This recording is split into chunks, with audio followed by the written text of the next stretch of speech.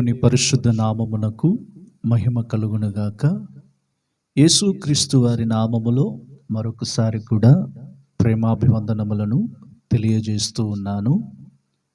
ప్రభువునందు ప్రియ దేవుని బిడ్డలారా, పరిశుద్ధ లేఖనములలో ఆసియాలో ఉన్న 7 సంఘములను గురించి ధ్యానిస్తూ ఉన్నాం గనక పరిశుద్ధాత్మ దేవుని ద్వారా అనేక ఆత్మీయ విషయములను నేర్చుకోగలుగుతూ ఉన్నాం. ఆత్మీయ జీవితములో మనము ముందుకు కొనసాగునట్లుగాను, దేవుని రాజ్యమునకు సమీపస్థులంగా మారునట్లుగా, మన అంతరంగ పురుషుడు దినదినము వర్ధిల్లునట్లుగా దేవుని వాక్యము ద్వారాగా మనము ఆశీర్వదించబడుతూ ఉన్నాం. అందును బట్టి దేవునికి కృతజ్ఞతాస్తుతులు చెల్లిస్తూ ఉన్నాను.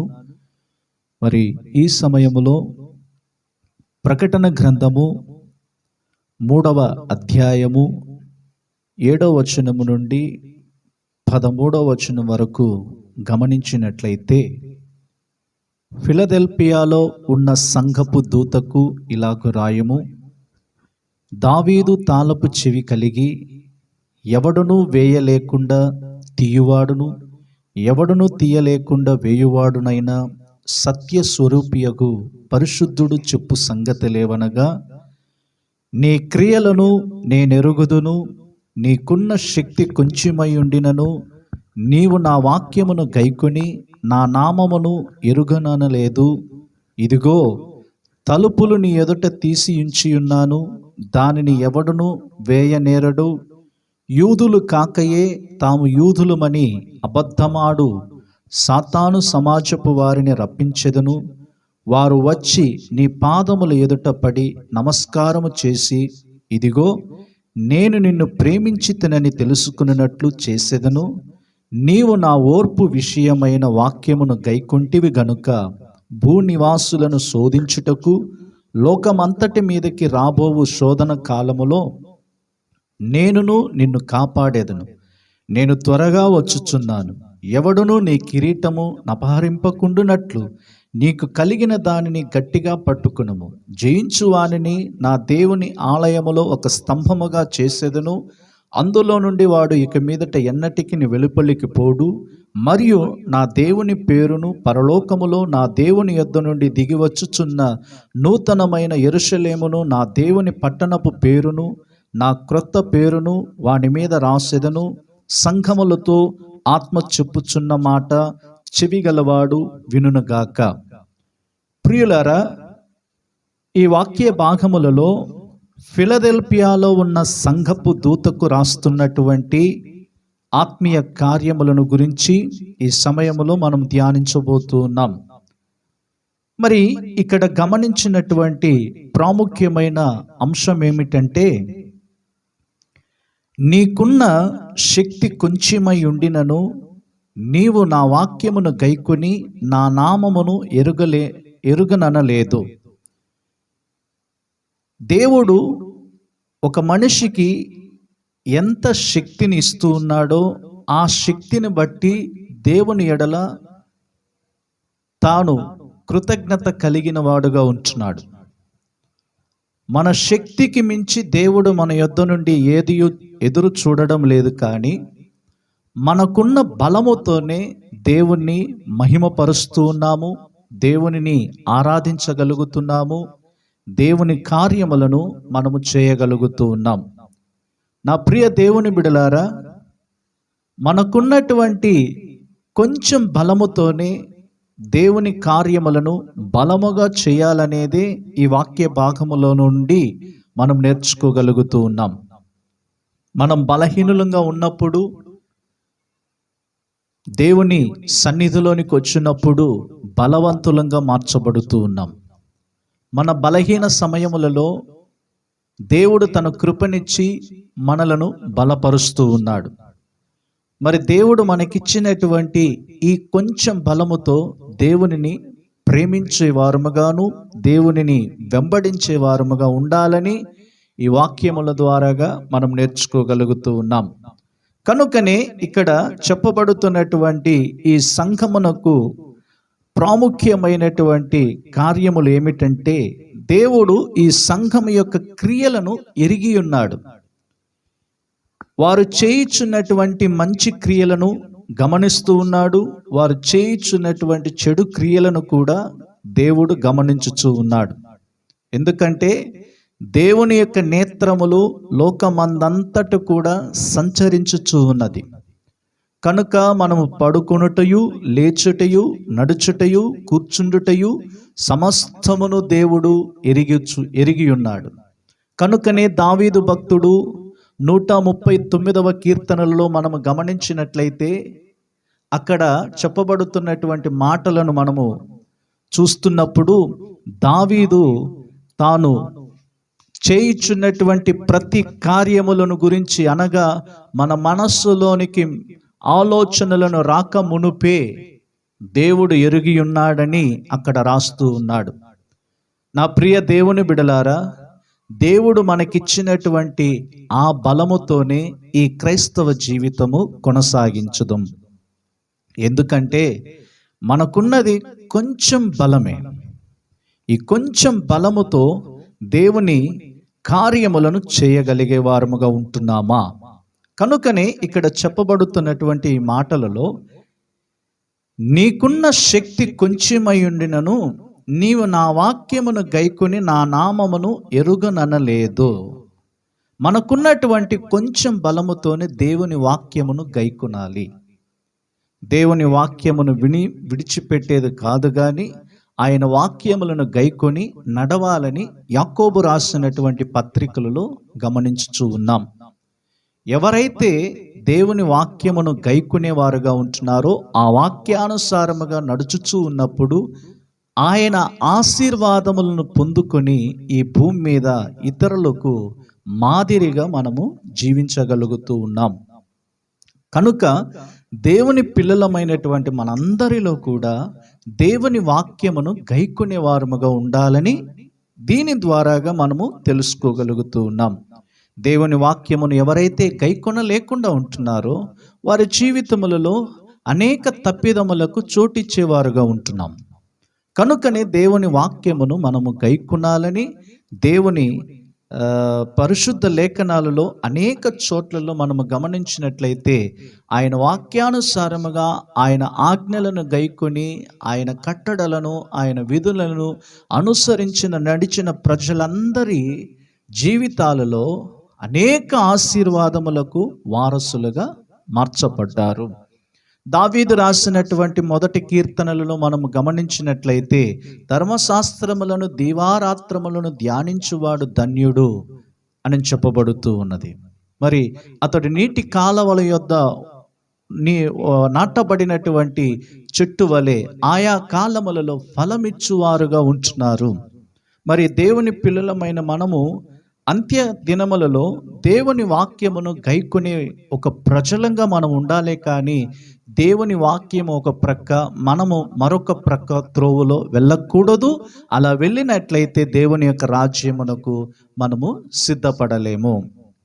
కనుక దేవుని రాజ్యమునకు సిద్ధపడాలంటే దేవుని వాక్యమును గైకొని ఆయన నామమును అనేక చోట్ల మనము ఒప్పుకునేవారముగా ఉండాలి.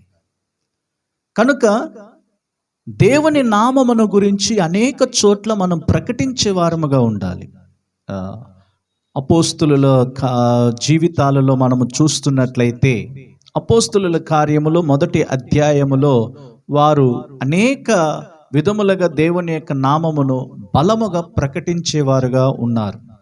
పేతురు పరిశుద్ధాత్మను పొందక ముందు యేసు ప్రభువుని నేను ఎరగను అని చెప్పాడు. ఎప్పుడైతే పరిశుద్ధాత్మను పొందాడో ఆ తరువాత యేసుక్రీస్తుకు సజీవ సాక్షిగా అతడు నిలబడగలిగాడు.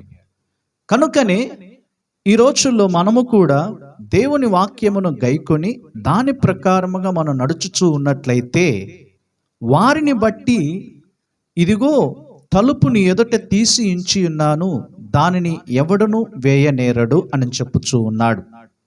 కనుకనే యెషయా గ్రంథము 26వ అధ్యాయము 2వ వచనములో మనము చదువుతూ ఉన్నట్లయితే, సత్యమును ఆచరించు నీతిగల జనము ప్రవేశించున్నట్లు సత్యమును ఆచరించు నీతిగల జనము ప్రవేశించినట్లు ద్వారములను తీయుడి. ద్వారములను తీయుడి. చూడండి, సత్యమును అనుసరించి ఆచరించి నడిచేటువంటి వారికి పరలోక ద్వారములనేవి తీయబడుచు ఉంటాయి. ఎవరైతే సత్యం ప్రకారముగా నడుచుచూ ఉంటారో, సత్యాన్ని గైకొని ముందుకు కొనసాగుతూ ఉంటారో, వారిని బట్టి పరలోక ద్వారములనేవి తెరవబడుతూ ఉంటాయి. నీతిగల జనములుగా బ్రతుకుతూ ఉన్నప్పుడు, నీతిని అనుసరించి నడిచేవారుగా ఉన్నప్పుడు పరలోకపు ద్వారములనేవి తెరవబడుతూ ఉన్నాయి. నా ప్రియ దేవుని బిడ్డలారా, మనము సత్యమును గైకొని సత్యానుసారముగా మనం నడిచినట్లయితే మన కొరకు పరలోక ద్వారములను దేవుడు తెరుస్తాడు. మరి పరలోకపు ద్వారములు తెరవబడాలి అనంటే ఈ భూమి మీద మనము సత్యమును అనుసరించి నీతిగల జనముగా మనం బ్రతుకుతూ ఉన్నట్లయితే ఖచ్చితంగా నీ కొరకు నా కొరకు దేవుడు సిద్ధపరుస్తున్నటువంటి ఆ పరలోకపు ద్వారములనేవి మన ఎదుట తెరవబడి ఉండును. దేవునికి స్తోత్రం కలుగునుగాక. కనుక ఇంకను మనము గమనించినట్లయితే ఇక్కడ చెప్పబడుతున్నటువంటి మాటలలో యూదులు కాకయే తాము యూదులమని అబద్ధమాడు సాతానపు సమాజపు వారిని రప్పించెదను. వారు వచ్చి నీ పాదముల ఎదుట పడి నమస్కారము చేసి, ఇదిగో నేను నిన్ను ప్రేమించితనని తెలుసుకున్నట్లు చేసేదను. ఇక్కడ చూడండి, యూదులమని అబద్ధమాడేటువంటి ప్రజలుగా ఉన్నారు. సాతాను సమాజపు వారిని రప్పించదనని చెప్పుచూ ఉన్నాడు. మరి వారి వచ్చి నీ పాదముల ఎదుట పడి నమస్కారము చేస్తారని చెప్పుచూ ఉన్నాడు. తరువాత నేను నిన్ను ప్రేమించి తినని తెలుసుకున్నట్లు చేసేదను. మరి దేవుడు ప్రేమించినటువంటి ప్రజల యొక్క జీవితాలలో ఎదురవుతున్నటువంటి కలుగుతున్న శాపములన్నీ కూడా ఆశీర్వాదములుగా దేవుడు మారుస్తానని చెప్పాడు. హల్లెలూయా. ఇక్కడ మనము గమనించినట్లయితే ద్వితీయోపదేశ కాండము 23వ అధ్యాయము 5వ వచనములో మనము చదివినప్పుడు, అయితే నీ దేవుడైన యెహోవా బిలాము మాట విననొల్లకుండెను. నీ దేవుడైన యెహోవా నిన్ను ప్రేమించెను గనుక నీ దేవుడైన యెహోవా నీ నిమిత్తము ఆ శాపమును ఆశీర్వాదముగా చేసెను. ఆశీర్వాదముగా చేసెను.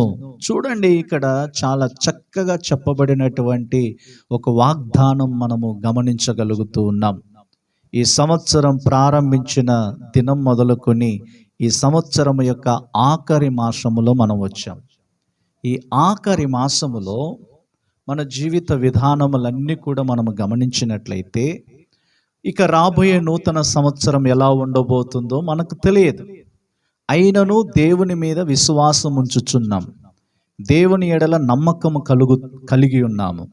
ఇక్కడ చెప్పబడుతున్నటువంటి మాటలు, ఈ వాగ్దానము మనకు దేనికి సూచనగా ఉందంటే, దేవుడు ఒక మనిషిని ప్రేమించి అతను నడిపించుచూ ఉన్నట్లయితే అతని మీదకు వచ్చే శాపములన్నీ కూడా ఆశీర్వాదములకరముగా చేయగలడు, ఆశీర్వాదముగా చేసేదనని చెప్పాడు. మరి ఈ సంవత్సరములో మన జీవితంలో ఎన్నో ఎదురై ఉండవచ్చు, ఎన్నో శాపములు మన మీదకు వచ్చి ఉండవచ్చు, మనము తల్లడిల్లిపోయే కార్యములు మన జీవితంలో ఉండవచ్చు. కలవరపడుతున్నటువంటి వేళలో కూడా దేవుడు మనలను ధైర్యపరుస్తూ ఆయన చెప్పిన మాటలు ఏమిటంటే, బిలాము మాట విననొల్లక. ఎవరి మాట విననొల్లలేదు? బిలాము యొక్క మాట విననొల్లక. బాలాకు ఏం చేశాడు? ఇశ్రాయేలు ప్రజలను శపించడానికి బిలామును తీసుకుని వచ్చాడు. అయితే దేవుడు బిలాము మాట విననొల్లక శాపములన్నిటిని కూడా ఆశీర్వాదకరంగా చేస్తానన్నాడు. నా ప్రియ దేవుని బిడ్డలారా, దేవుడు మనలను ప్రేమించినట్లయితే మన మీదకు వచ్చే శాపములన్నీ కూడా ఆయన ఆశీర్వాదకరముగా చేయగలడు. చూడండి, మనలను దేవుడు ప్రేమించాలంటే మనము ఆయనను ప్రేమించడం మొదలు పెట్టాలి. ఆయనను ప్రేమించు వారి పట్ల అనేక గొప్ప గొప్ప కార్యములన్నిటిని కూడా ఆయన చేయగలడు. కనుక ఇక్కడ చెప్పబడిన మాటలలో నేను నిన్ను ప్రేమించితినని తెలుసుకున్నట్లు చేసేదను. కనుక మనలను దేవుడు ప్రేమించడం మొదలుపెట్టినట్లయితే అన్యజనుల మధ్యలో కూడా, ఇరుగు పొరుగు వారి మధ్యలో కూడా మన మీదకు వచ్చే శాపములన్నీ కూడా ఆయన ఆశీర్వాదములకరముగా మార్చి ఇతరుల పట్ల దేవుడు ఇలాంటి గొప్ప దేవుడని చెప్పి మన ద్వారాగా ఆయన ఇతరులకు బయలుపడుతూ ఉంటాడు. నా ప్రియ దేవుని బిడ్డలారా, ఈ సంఘమునకు హెచ్చరించుచున్నటువంటి మాటలు ఏమిటంటే, నీవు నా ఓర్పు విషయమై వాక్యమును గైకొంటివి గనుక భూనివాసులను శోధించుటకు లోకమందంతటి మీదకి రాబోవు శోధన కాలములో నేను నిన్ను కాపాడేదను. చూడండి, యేసు ప్రభు యొక్క రాకడ అనగా రహస్య రాకడ ఒకటి సంభవించబోతున్నది గనుక, ఎప్పుడైతే యేసు ప్రభు వారు రహస్య రాకడ అయిన తర్వాత ఈ భూమి మీదకు శ్రమల కాలము, మహాశ్రమల కాలం అనేది ఒకటి ఉన్నది. కనుక ఆ శ్రమల కాలము నుండి మనము తప్పించుకోవడానికి మనము యేసు ప్రభు యొక్క రహస్య రాకడ కొరకు సిద్ధపడే వారముగా ఉండాలి. కనుకనే నేను త్వరగా వచ్చుచున్నానని అంటున్నాడు. ఎవడును నీ కిరీటమును నపహరింపకుండునట్లు నీకు కలిగిన దానిని గట్టిగా పట్టుకునుము. యేసు ప్రభు త్వరగా వచ్చుచున్నాడని చెప్పుచూ ఉన్నాడు. మనము కొన్ని సందర్భాల్లో తలంచుతాం, ఏమనంటే చిన్నప్పటి నుండి యేసు ప్రభు త్వరగా వస్తున్నాడని చెప్పి దైవజనులు చెప్తూ ఉన్నారే కానీ ఇంతవరకు యేసు ప్రభు వచ్చింది లేదని చెప్పి చాలామంది పరిహాసం చేస్తూ ఉన్నారు. నా ప్రియ దేవుని బిడ్డలారా, అలా కాదు. యేసు ప్రభు వారు ఒక దినమందు ఆయన తిరిగి రాబోతూ ఉన్నాడు. ఆ రాకడ కొరకు మనం ఎదురు చూస్తూ ఉండాలి. ఆ రాకడ కొరకు మనం సిద్ధపడుతూ ఉండాలి. ఆ రాకడలో మనము కొనిపోబడుటకు ఆయన కృపను మనము పొందుకోవాలని పరిశుద్ధాత్మ దేవుడు మనకు ఈ సమయంలో ఈ వాక్యముల ద్వారాగా మనకు తెలియజేస్తూ ఉన్నాడు. కనుక నీ కిరీటము నపహరింపకుండానట్లు నీకు కలిగిన దానిని గట్టిగా పట్టుకొనుము. మన కిరీటం అనేది నపహరింపకుండునట్లు, ఎవడను దొంగిలింపకుండునట్లు దానిని గట్టిగా పట్టుకోవాలని ఇక్కడ చెప్పుచూ ఉన్నాడు. మరి జయించు వారిని నా దేవుని ఆలయములో ఒక స్తంభముగా చేసేదను. ఒక స్తంభముగా ఎవరైతే జయ జీవితము చేయగలుగుతూ ఉన్నారో వారు దేవుని ఆలయములో ఒక స్తంభముగా చేయబడుదురు. ఒక స్తంభముగా చేసేదనని చెప్పి ఇక్కడ చెప్పుచూ ఉన్నాడు. కనుక అలాంటి వారిని గురించి చెప్పబడిన మాటలు ఏమిటంటే, ఇక మీదట ఎన్నటికిని వెలుపలికి పోడు, మరియు నా దేవుని పేరును పరలోకములో నా దేవుని యొద్ద నుండి దిగివచ్చుచున్న నూతనమైన యెరూషలేమును నా దేవుని పట్టణమును పేరును నా క్రొత్త పేరును వాని మీద రాసేదనని చెప్పుచూ ఉన్నాడు. మరి ఇలాంటి ఆశీర్వాదములన్నీ కూడా నీవు పొందుకోవాలి, నేను పొందుకోవాలి. నా ప్రియ దేవుని బిడలారా, ఈ వాక్యానుసారముగా మనము నడుచుకుందాము. వాక్యానుసారముగా మనము సత్యములు స్థిరపడి ముందుకు నడుచుచూ ఉన్నట్లయితే అదే మనము పరలోకములో ఒక బహుమానం అనేది మన కొరకు దేవుడు సిద్ధపరిచి ఉన్నాడు. కనుక ఆ బహుమానమును పొందుకోవడానికి ఈ పందెపు రంగములో ఓపికతో మనమందరము కూడా పరిగెత్తుదుముగాక. ప్రేమ కలిగిన మా తండ్రి, మీకు స్తోత్రాలు చెల్లిస్తూ ఉన్నాము. ఇంతవరకు ఈ వర్తమానాన్ని అందించడానికి మీరిచ్చిన కృప కొరకు స్తోత్రాలు, మీరిచ్చిన జ్ఞానము కొరకు స్తోత్రాలు. అలాగే ప్రభువా, ఎవరైతే ఈ వర్తమానములు వింటున్నారో వారందరి ఆత్మీయ జీవితాలను మీరు బలపరచండి. ఆత్మీయతలు వెనుకబడిపోకుండా ఆత్మీయతలు ముందుకు కొనసాగినట్లుగా దేవా మీరు కృప చూపమని ప్రార్థిస్తూ ఉన్నాము. ప్రతి కుటుంబాన్ని మీరు దీవించండి. సమస్యలతోనూ, ఇబ్బందులతోనూ, ఇరుకులతోనూ, ఆర్థిక ఇబ్బందులతోనూ ఎవరైతే కష్టపడుతూ ఉన్నారో దేవా, ఈ సమయంలో వారిని మీరు జ్ఞాపకం చేసుకుని వారికి ఉన్న ప్రతి సమస్యలన్నీ కూడా విడిపించండి. దేవా, మా జీవితంలో కూడా ఎదురవుతున్న ప్రతి సమస్యలన్నిటికీ ఒక ముగింపును కలుగజేసి దేవా, మీ నామం మాత్రము అన్ని ప్రాంతాలలో ప్రభువా నాదా విశేషముగా ప్రభువా ధైర్యముగా మీ నామమును గురించి ప్రకటించే కృపను మా అందరికీ దయచేయమని సమస్తమును మీకు అప్పగిస్తూ యేసు పరిశుద్ధ నామములో ప్రార్థిస్తున్నాము తండ్రి. ఆమేన్. Praise the lord.